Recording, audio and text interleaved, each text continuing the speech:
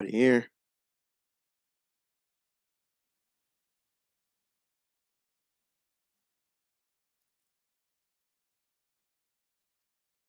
People say many things.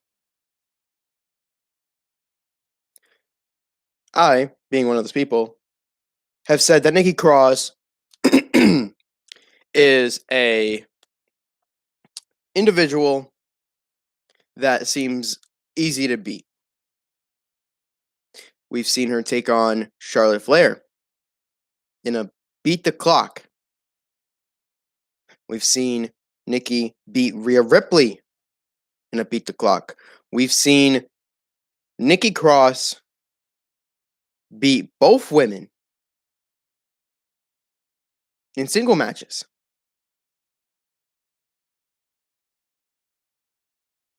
Then she pitched the idea to Vince, hey, you know what would make the kids who watch wrestling happy? If they had a hero. So Nikki became a superhero. And she flew. And she fought. And she wrestled. And she did all this and that.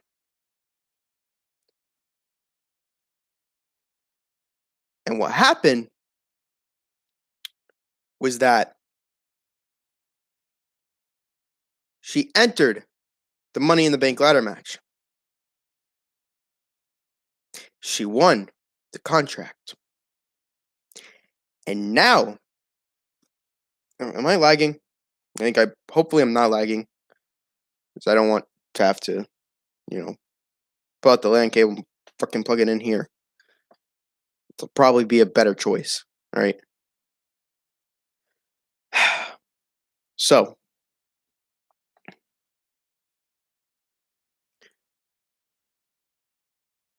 Nikki Ash won the Money in the Bank briefcase, but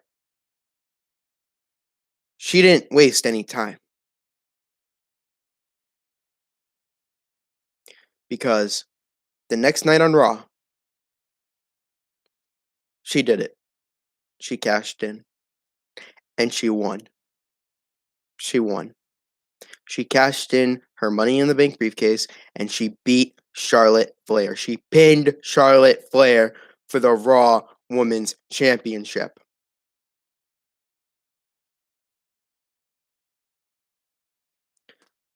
But here's the best part. The best part of it all is that Charlotte held the title for one fucking day. Just one little small 24 hours. She held the title for one day.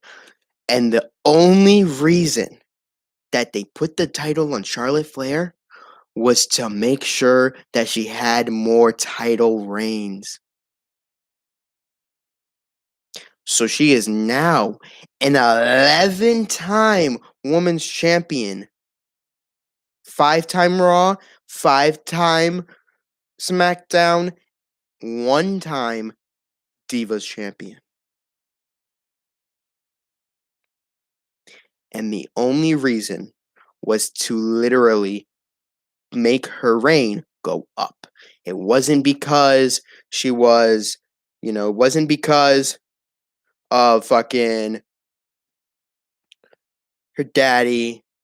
No, it wasn't because her fucking Andrade.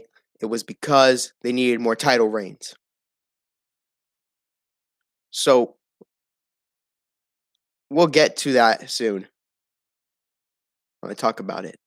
But ladies and gentlemen, boys and girls, children of all ages, this is Monday Night Raw. This is NXT Reviews. And I want to say from the bottom of my heart, thank you and welcome back. WWE Universe, welcome back to wrestling. Like, this is your guys' return. You make your return the way you want it. Okay? When you come back, you're excited, you're happy, you're loud. You want everybody to feel that. Feel the power. But Raw was a success. the ratings kind of gone up from this show. And I don't know how much the ratings did go up, but I guarantee they went up. But how long are they going to stay like that? Let's get to let's get to the good, let's get to the bad, let's get to everything, because we're going to recap Monday Night Raw. Ladies and gentlemen, here we go. So John Cena issued a challenge to the Universal Champion Roman Reigns. Yep, John Cena came out here, cut a promo, a very good one too. And the whole story within this, within the Bloodline story, John Cena comes back and he issues the challenge to Roman Reigns for SummerSlam, which will happen. It's guaranteed. John Cena is planning to not go back to films or any movies or anything like that. He's going to stay in the WWE for a little bit, do the fucking match with Roman Reigns, get the story built up, then leave and go back to doing movies. That is literally what he's doing. But this promo was to get everybody wild up for this match. The story for this is that John Cena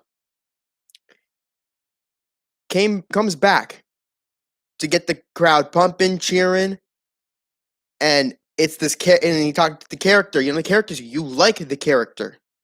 You know, you don't get acknowledged because of your family or your arrogance. You get acknowledged for what you do in the middle of the ring, how you speak to the people, what they want to hear and what they do not want to hear. So John Cena did a very well promo cut, and then he did have some fun because the end of Raw, because Raw is where I think John Cena fits very well on WWE. Riddle comes out here as he kicks off Raw, and they go, bro, bro, bro, bro, bro.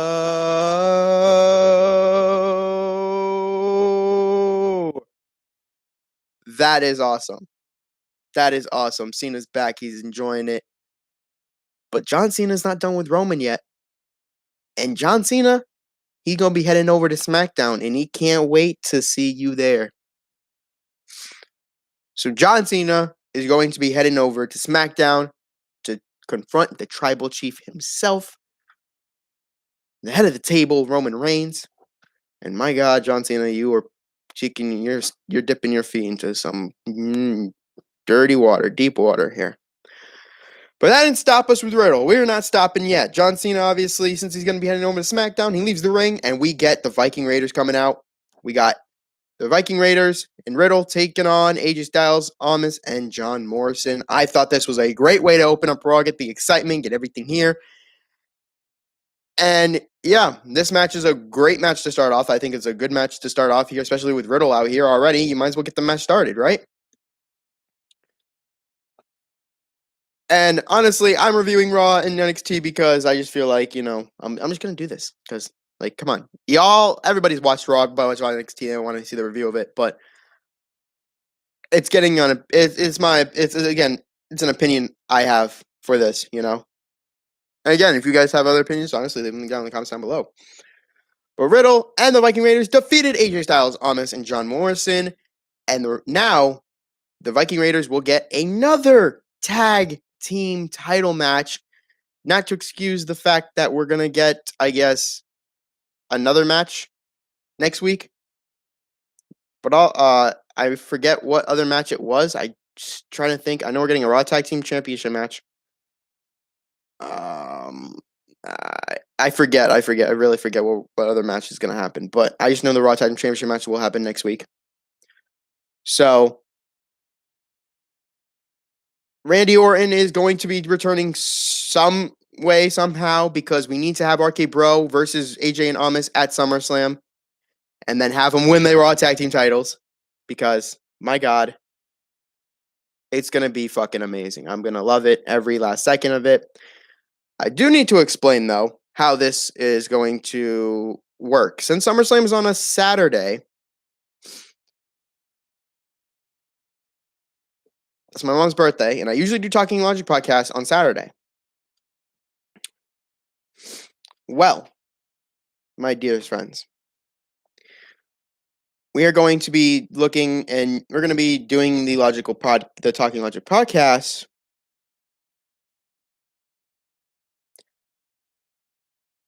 on Saturday, the day of SummerSlam. Now, of course, I was supposed to make my predictions the day before the pay-per-view, but during Saturday, during my mom's birthday, my mom will be making the predictions. So she will have to. I will have to. I will have to go with whatever my mom goes with. It's her birthday on SummerSlam Day, so she's happy with the song that they play. They're doing "Up" by Cardi B, so that's a good one. But my mom will be making my own predictions for me. I hope she chooses the right people because I look into the stories and I know exactly what's going to happen. But you know, and the reason I failed at Hell in a Cell and Money in the Bank, obviously based off of logic, I feel like this should have been what happened. But I always tell you when I'm wrong. I always tell you when I'm wrong. Okay. So moving forward, we got another match between Elias and Jackson Rikers. And guys, WWE, we need to stop this. First off, let me pause right here. We need to stop this. WWE, you need to stop putting Rikers against Elias. Okay, we've already seen so many matches of them. Rikers and Elias is probably like, they're mixed. They're mixed reactions. Rikers is more of a mixed reaction than anything. I feel like I personally cannot get behind. I don't know. I personally cannot get behind Rikers. I can't. As much as I see I understand what you want to do with him and try to get him behind the people, and try to get them to forget his past. But it was turning into a whole issue when you had other superstars in the back. You had other superstars in the back telling him, the same shit about his past, So, no. I'm sorry, but no, I cannot combine Rikers. What you can do, WWE, though, is you could flip it. You could actually put the man on NXT again and make him this big monster, thing. But I feel like he works better as a heel than anything. And you could put Elias on fucking NXT. You could put him back to NXT. Or keep him on the main roster and have him put him in the mid-card division.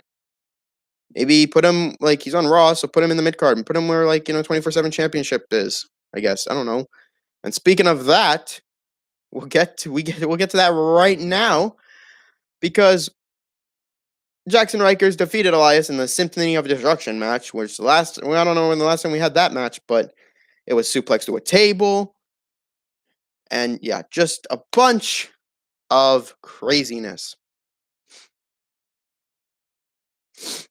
So there is literally that. These two did everything to each other. Drum sets, keyboards, guns, piano, everything on each other. And then, a suplex through two tables, just put Elias down for the count. And I think that was just it. And it was done. This better be the end of their feud. Because I'm done with this shit. I'm done with this. I'm not, we've already seen a lot of it. Stop it. Done. Move on. Rikers already got the victory. Let it be known. Let it be shown. Rikers beat Elias in their feud. But let's speak about the 24/7 championship. Natalya and Tamina defeated Nia Jax and Shayna Baszler. Well, we knew it was going to happen, and Shayna wakes Nia Jax up like that. She literally tells her, ever since he came along, Reginald, we've been losing matches. How do you not see? Are you blind to this? And Nia Jax obviously hugged him and then headbutted him. And that was a big turn. I thought we were going to see Nia Jax and Shayna Baszler break up, but they're still a tag team now. Vince McMahon, if you guys do not know, loves Reginald. He loves Reginald. That is his key. That is his golden key. He loves Reginald so much. Akira Tozawa was getting followed backstage from Drew Gulak, R-Truth, and in the ring, Reginald literally beat up Akira Tozawa. He hit this, I guess, flippity cannonball type shit. 1, 2, 3, pinned him. And did, R-Truth and Drew Gulak did nothing. Then he did some high-flying moves like a ninja would, flipping out of here. So, utterly and completely, I love that they put the 24/7 championship on Reginald. That is something I do like. I don't know why, but of course, putting the title on Reginald, that's a good idea, WWE. That's a good idea. Vince McMahon loves him, they put a title on him. And he's doing his ninja move so he can obviously get out of big top situations. And his flips, his acrobatics, it's just, damn. So Reginald, after getting headbutted, became 24/7 champion. That is utterly insane.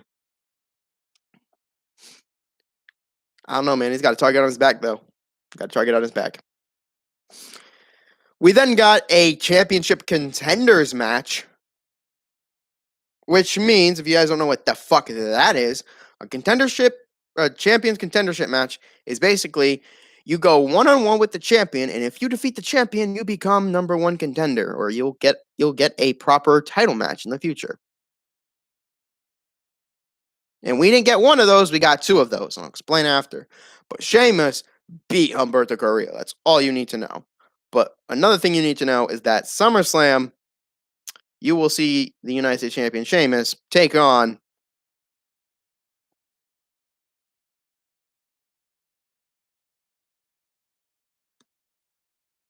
Damian Priest. I don't know if that was the best, I don't know if that was the best, but kind of looked like Shinsuke Nakamura for a sec. Anyway, Sheamus versus Damian Priest is likely the match for SummerSlam. I can't see anything else happening other than, Sheamus taking on whoever else. Maybe fucking, mixed Drew and Jinder in there for SummerSlam. Who knows? But yeah, I really think that Sheamus is going to take on Mr. Damian Priest for SummerSlam. But all we got right here is that Damian Priest will face he'll face him. And Humberto Carrillo, kind of stupid here. He punched, Sheamus was wearing a mask, obviously. He punched the mask, and he hurt his hand, and that's what caused him the match. I want to make that very clear. Are you stupid, Humberto? He's wearing a mask. You're not going to punch for the face. Punch the gut, punch the ribs. Do some arm, break down the limbs. But we weren't done with Raw yet. We weren't done because we had another championship contenders match. Though it was not for the WWE Championship. What it was, though, it was an open challenge issued by Bobby Lashley. And guess who came the fuck out? Out of the blue, straight from Texas, its own self, we had Keith Lee, the limitless one. Bask in his glory! I don't know if I'm doing it right. I think it's the other. I don't know if it's the other way because I'm, Anyway, we're going to bask in his glory. But unfortunately, not for so long, because Bobby Lashley defeated Keith Lee. What a way to return, right? What a way to return. You got Keith Lee coming back, and he loses to Bobby Lashley. Not even a single fucking, And they did this. They did this for what was to come next, because what came next was Goldberg emerging from the crowd. And guys, stop with the Goldberg hate. Stop it. Honestly, stop it right now. If this was back in fucking when Undertaker took on Goldberg at Saudi Arabia, yeah, I'd agree. You could hate on him for what the sloppiness of that match. But you have no other choice but the biggest match of the summer, Goldberg and Bobby Lashley. Lashley just goes backstage, hey, I asked for Lesnar. We're going to give you Goldberg. That's the case. Now, obviously, I feel like Keith Lee should get a WWE Championship match. That would have been big. But if you got Goldberg taking on Lashley, the one thing I'm afraid of is that they fucking put the title on Lashley. I'm very scared about that. Very scared. Very scared about that. Because if they don't put the title, or if they do put the title on Goldberg, yeah, we're going to have a problem. We're going to have a big problem. So Bobby better win against Goldberg. Bobby better win against Goldberg. This is fucking ridiculous. He's an old mass man. Should not be wrestling. He should only come back just to, pump the crowd up. Maybe hit a jackknife or a spear here. But this man should be done with wrestling. But yeah, Goldberg is set to probably likely take on Bobby Lashley at SummerSlam. So, but just stop with the hate, man. I know you wanted Brock Lesnar, and I hope you guys cheer Brock in the crowd. I hope I hear a Brock chant, Lesnar, or, Maybe you might hear Goldberg because a lot of people like Goldberg, so there's that. But they can't get Lesnar. They could have done Keith Lee. They already did it here and they had him lose. So kind of a nick in the fucking job, but Goldberg emerged, so we're gonna get that. And who wouldn't want to see Goldberg, like, honestly, in their head? Wouldn't you want to put Goldberg up against Lashley? Just a little bit? After even what we got with fucking Royal Rumble? Lashley or Drew and fucking Goldberg? So, like,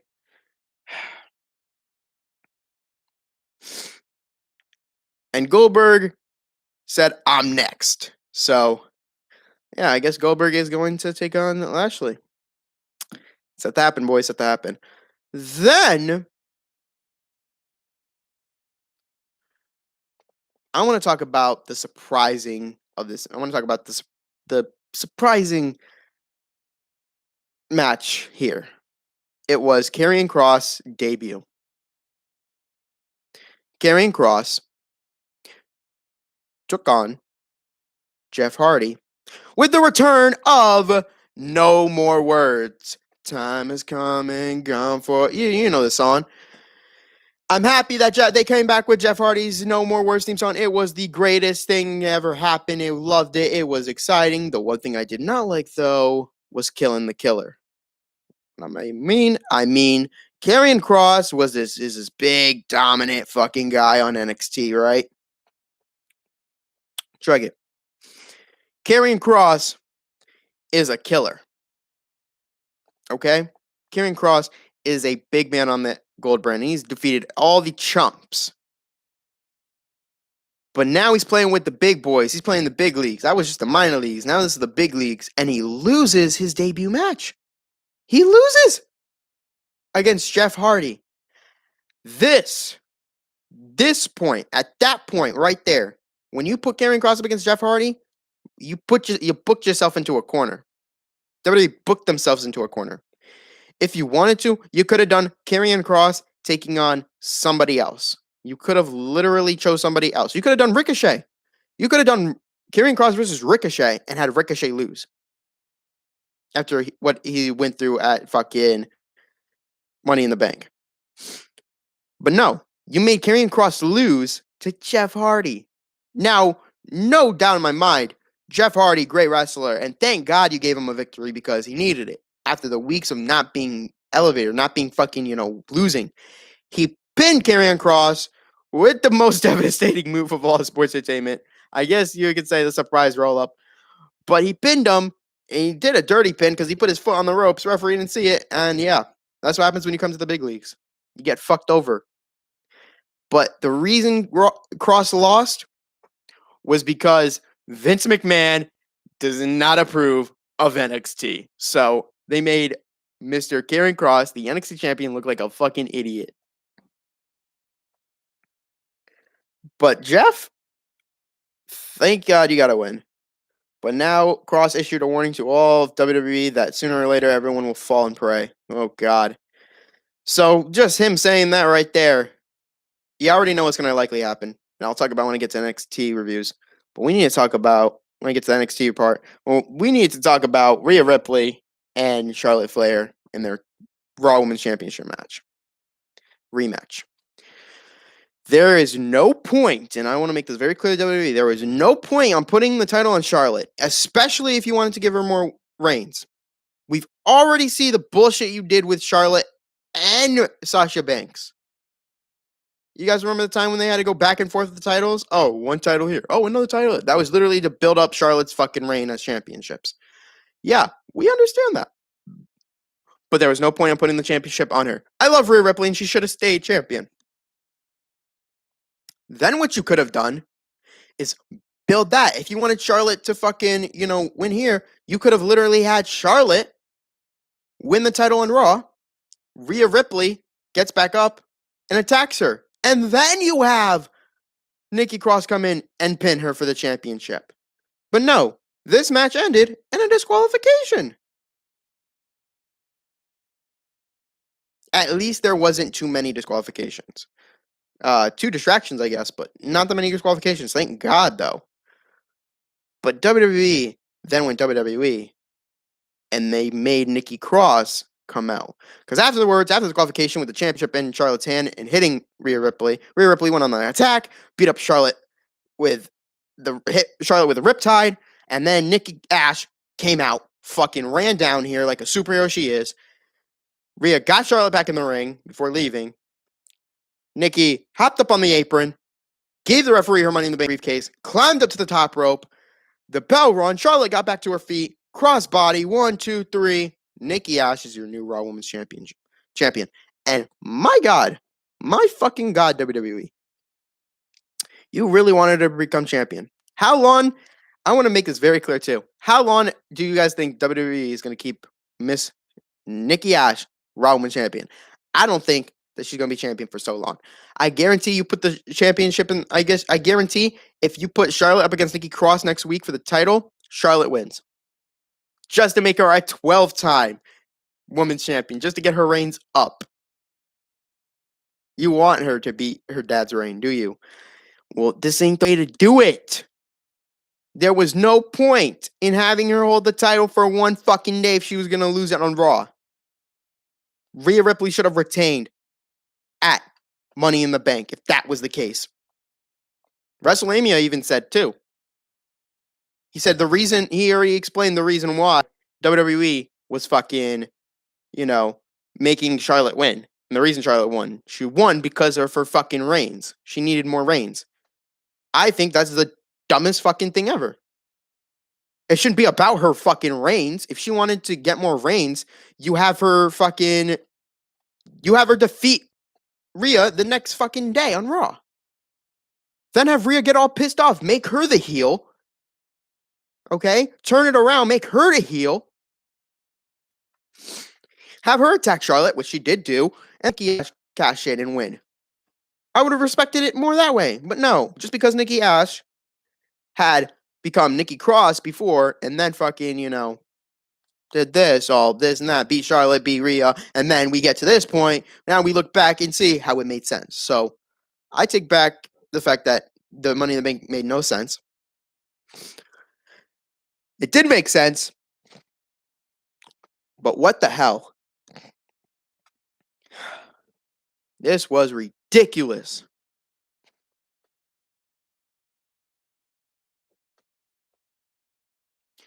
But nonetheless, Raw was actually a success. I loved it. And also we're going to get a tag team match between Mustafa Ali and Mansoor, and I don't know who they're going to face. But they're going to have a tag team match, and I think this will be a good tag team match.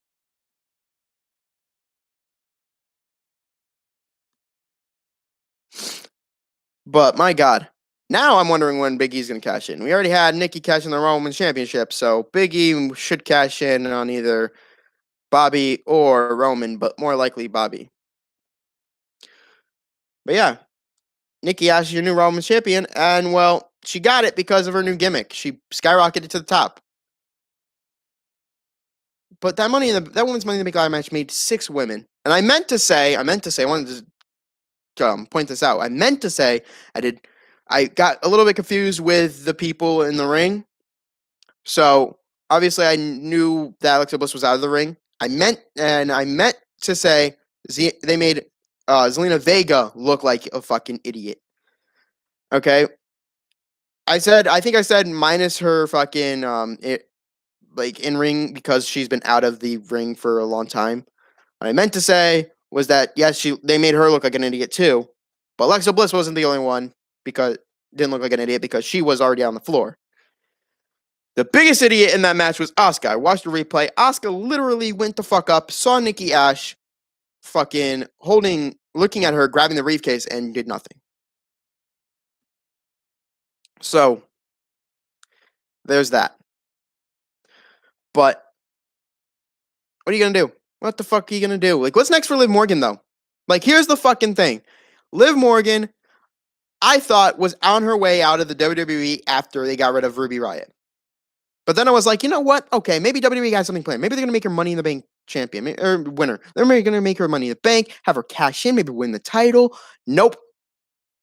So here's the next idea then, WWE. If you're not going to make her Money in the Bank winner, well, you damn sure going to make her champion. So WWE, you're going to make Liv Morgan champion. You're going to have her at SummerSlam take on Bianca Belair, because if I see Carmella versus Bianca Belair at SummerSlam, I'm going to be kind of pissed. But since Bayley got injured, Carmella was supposed to be the SummerSlam opponent. Well, now you got Carmella fucking taking on the champion. Not one, and it's going to be the second time this week. Liv Morgan deserves a title match. She has fought and clawed her way to the top. She has been trying to prove to everybody Sonya Deville should make that match happen. But you know what? It'll take more than just a couple of matches to win and just a beg and a plead to Sonya Deville. So Liv Morgan, keep doing what you're doing, girl. You'll get your title match. You'll get your title match. And I'll be rooting for you. But my God, this has been a great Raw. And I think the ratings have gone up. I really do. But now, before we move on to the NXT review, before we review NXT, would you guys do me a favor? Could you guys please hit the subscribe button, comment down below, leave a like, turn on those post notifications so you'll never miss any wrestling content from me. We are now going to talk about NXT. And SummerSlam is heating up, and we just got the announcement that NXT will have TakeOver at 36. I'm happy for this. Raquel Gonzalez will be defending her title against Xia Li. Samoa Joe got provoked, so now he's looking out to ensure order. And Kyle O'Reilly, obviously, had to find a way to get a match in NXT, so something can happen. But let's get on to it. Samoa Joe came out here, started the show off, and demanded a little payback for Karrion Kross. But William Regal had to come down and make sure to ensure that Joe cools down his temper. He needs to cool down that fucking temper of his. And he orders Joe to handle this in a peaceful manner. If I know Joe, he ain't going to handle it in a peaceful manner. But the story elevation is fucking great. So Joe has decided, you know what? I can't promise you peaceful, but I can promise you is that I will try to lower my temper. But I will be the first one to greet him on the way in. So we got that. We then got our tag team match we were promised last week. Kushida and Bobby Fish take on Roderick Strong and Tyler Rust, and we got a good matchup. It was just a great match to see. And Diamond Mine's looking pretty, Diamond Mine's not looking good here. Kushida and Bobby Fish defeated Roderick Strong and Tyler Rust. So, I don't know, but we got some good, goodness here. It's great. I like it. Kushida's just a great champion. He literally put in a good move on him, and he submitted. He made him submit. He made Tyler Rust submit. So, great match from both of them. Excellent performance. I loved it. Then we got Frankie Monette taking on I don't know. I guess we just take on Jobber. Oh my God. I guess we saw her take on a Jobber. JC Jane. So Frankie Monette picked up the victory here, and Mandy Rose was watching at ringside. So she's officially on NXT. But I don't know if we're going to get Mandy Rose versus Frankie Monette, but, hot versus hot, pretty versus pretty. I don't know what it's going to be, but it looks like they're going that way. Or they're going to have Frankie Monette and Mandy team up.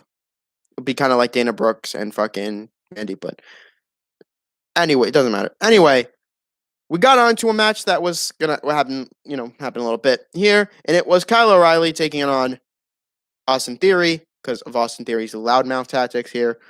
And Kyle O'Reilly, I was happy. I loved the theme song of Kyle O'Reilly. I want to make that very clear. I love his theme song. His Axe and Smash theme song, so great. Like, it's just so great. It fits him perfectly. So Kyle O'Reilly picked up the victory here of Austin Theory, and I'm happy for what the future holds for him, because I feel as if that after we get a couple of weeks here and there, maybe, just maybe, we might get Joe versus Karrion Kross for the title.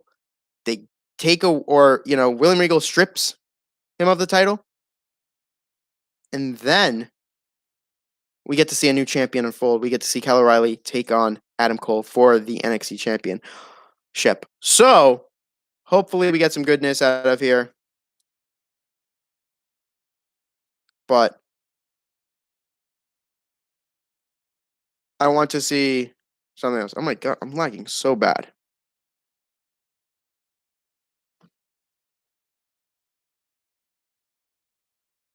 I don't know why I'm lagging. Unfortunate. Anyway, I'm gonna try to continue for. I'm sorry if you're like, weirdness. So after that, we had Hit Row, Legado del Fantasma. All right. I guess it was all right, but whatever.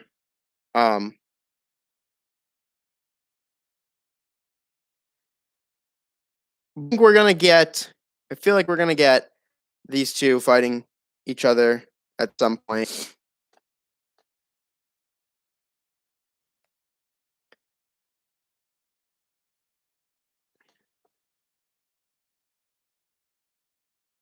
So hopefully these two fighting at some point. But we're probably gonna see an NXT takeover. And I'll be excited for it.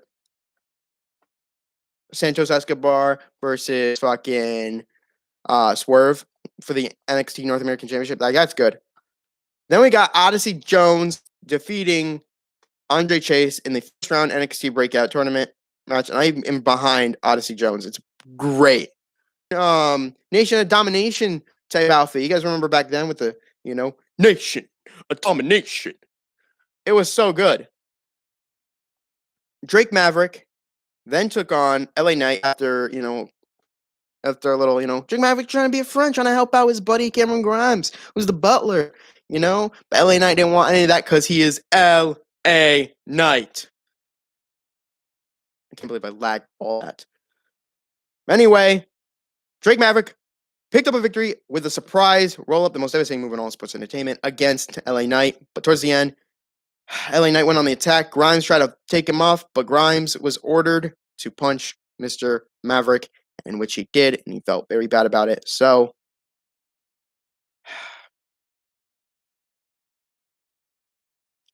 my God, I cannot wait for when we break them up and we have them fight for the gold, and Cameron Grimes finally fucking wins. That's going to be awesome. Two things I want to point out before we move on from this. So, one, the way kind of almost split apart. I feel like the way almost just like went different directions, because we saw Austin Theory leave Johnny Gargano and Candice LeRae and Indy Hartwell after, he tried to do, and he wasn't there. Johnny didn't high five him. So I don't know if I think Austin Theory is going to be the one to break away from it, but his loud mouth gets him in trouble sometimes. So he's going to probably take charge here. And another thing, too, is that NXT will be moving to Sci-Fi. And Sci-Fi and WWE do have an agreement because, of course, remember, if anything, SmackDown was on Sci-Fi one time. But now we get to see wrestling on not one, not two, but three different programs. We get to see Raw on USA. We get to see NXT on Sci-Fi now, and now we got SmackDown on Fox and AEW on fucking TNT. So my God, different little programs here. I don't know, but Raw is gonna keep up with being on USA, and it fits perfectly on USA. Raquel Gonzalez defeated Xia Li in their match, and it came to a point Raquel Gonzalez hit her with, I think, a boot to the face, and then went on the rope and did this like quirk, kind of like, twisted, I guess backdrop. Hit her in the stomach real there and had to end the match quickly. So the referee obviously told her, end the match right now because this is not obvious. That wasn't the initial ending. She hit her with the Conchica bomb, and 1, 2, 3, Gonzalez became your champion. And WWE or NXT is telling a great story here. They're doing, if you guys don't remember, Shawn Michaels and Diesel. Diesel was champion. Shawn Michaels was in the back, but when Diesel was champion, Michaels always got in front of the camera. He always got this. He always got that. He was always in front and get pissed Diesel off. Well, now this is a different alternative story, and it works perfectly. Raquel Gonzalez is the Diesel in this. She is. She's the Diesel. Dakota Kai is the Shawn Michaels, but she is she's in the back. She's not always in front of the camera. It's always her, and just, I love it when the women, just tell her off, say, well, what are you? I know what you are. You're an NXT Women's Champion, but what about you, Dakota Kai? And having her pick up some matches here and there just means that they're not going to break them up yet. They're not going to break her up yet. They're going to break them up yet. Later down the road, they will. And will she become champion? No, I don't think Dakota Kai will become champion through Raquel Gonzalez. I mean, they could, but that's only if they turn, because Raquel is heel. That's only if they turn Dakota a face. Then she'll win it. But guys, I need to talk about the bigger story, the bigger picture in this. The bigger story, the bigger picture is that Samoa Joe was provoked again. Guys, Samoa Joe came out after the fucking NXT Women's Championship match, and he wanted Kross here now. Kross popped up with a camera, and he questioned Joe's authority. He questioned him by saying, kind of like what Bane did, "Oh, so you think you in charge now, huh?" That is literally what it reminded me of. It reminded me of fucking Bane getting, saying those words. Just, oh, you think you're in charge, huh? That was a great Bane, though, too. But anyway, my God, was this fucking good. Samoa Joe was questioned this. So you still think you're in charge, Joe?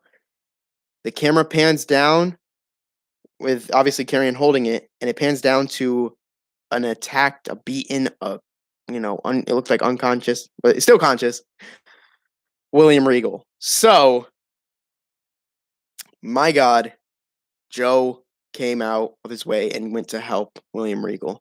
For all the shit that Joe has put that man through years in NXT, but not once did he ever didn't want to ever disrespect William Regal. So Joe comes to his aid, but Karrion gets in his car and drives off, and Joe cries out like a wolf. Woo! Or just, in agony at the fact that, but now I'm questioning what William Regal can do. And there's two things I think that will happen. Either Regal he will either, one, strip Karrion Kross of the championship after he literally attacked the general manager. Either that, or the one thing that Joe was able to do. Again, if Joe is provoked, he can put his hands on a superstar. He can fight. But Joe cannot be an in-ring competitor because of his authority, so I don't know how this is going to work. But there are two options. It's either one, he strips Karrion Kross of the title, or two, and I know this is going to be a long shot, and it's going to take a long time. It's going to be a big build. Joe faces Karrion Kross for the NXT Championship at TakeOver 36. Or on an episode of NXT. But the likelihood of him facing him at NXT TakeOver 36 is it's kind of like, it's a 25% chance at this point. Because the 75% that they don't do it because, of course, of the rules that Joe agreed to. So I think the 75% would be him getting stripped of the title. But anything can happen. I think the best way here is that they're going to go, oh, we're going to strip you of the title. But then Joe is like, no, No, stop right there. You know, I still feel like that Joe will come out and try to interrupt and say, no, that's not how it's going to go down. It's not going to be like that. No. Remember how you said you remember how you said, handle this peacefully? I got a better solution. You've had your matches in the past, Regal. You're not, you're old. You're not eligible to fight. You're not eligible to fight. And that's why I got paper right here. Read it. Joe hands him the paper. Regal opens it up and sees it's a medical paper, and it shows that Joe is medically cleared to compete in the ring. And this changes William Regal's mind. What that is, Kross, is that is a documented paper stating that Samoa Joe, the Killer Joe, am medically cleared to compete. Meaning that I can face you in this ring. But that is only if Regal allows it.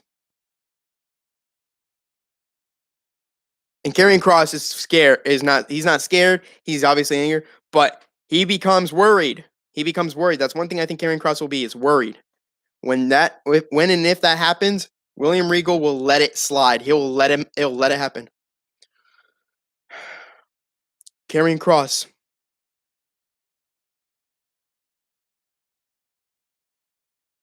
And he'll even ask Joe, are you sure this is what you want? I wouldn't ask for anything else. And that is when, all right, this is what William Regal does. This is what I'll do.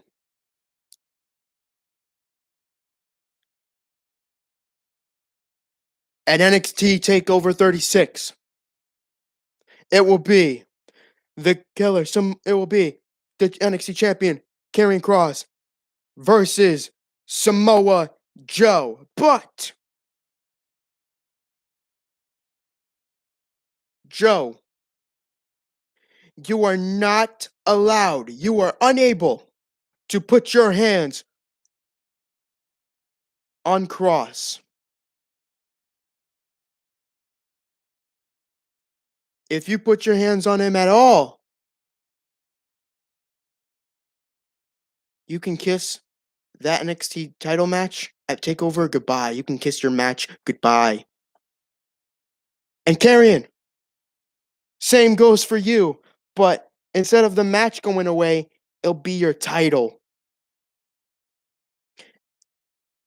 And I wouldn't be surprised if I were to just take it from you now. Oof. I feel like Joe will hit him with a medical cleared shit, and it will be up to Regal to make the decision if Joe will compete. And I think that will be the case. I think that Joe will hit him a medically cleared paper, and what will happen is they'll make the match at NXT TakeOver 36. Joe can't put his hands on Kross. Kross can't put his hands on Joe or Regal. If Joe puts his hands on Kross, Joe doesn't get the match. He does not get to wrestle. If Kross puts his hands on Regal or Joe, he loses his title instantly. It's done. It's over for him. This is a great way to build the story. I fucking love this. Thank you, W, for bringing Joe back. Thank you so much for having the story be told. I can't fucking wait for it. There's going to be order, and it's going to be ensured by Regal. Regal is going to come out. He's going to make the fucking match happen. He is literally going to do something. Regal is not just going to sit there and do nothing after being attacked viciously by Karrion Kross. Thinking he's champion, he can do whatever the fuck he wants. Hell no. That was NXT Reviews. Guys, SummerSlam is heating up, and there's so many matches I want to tell you, but we need to find them out sooner or later. But But thank you guys. This is Raw NXT Reviews. Thank you so much for coming here.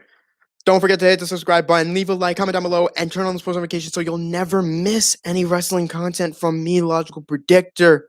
Thank you guys so much. And I will see you guys tomorrow for NXT, or not for NXT, for WWE Theories, which I think I got a lot of views on. I think you guys liked it. My theories are pretty good on this. I think we're going to be looking at Shelton Benjamin. I think I said Mandy Rose. I'm not completely sure. I got to think about it. And SmackDown Sami Zayn. So, thank you guys so much. Stay in touch, stay safe, get outside, enjoy your day.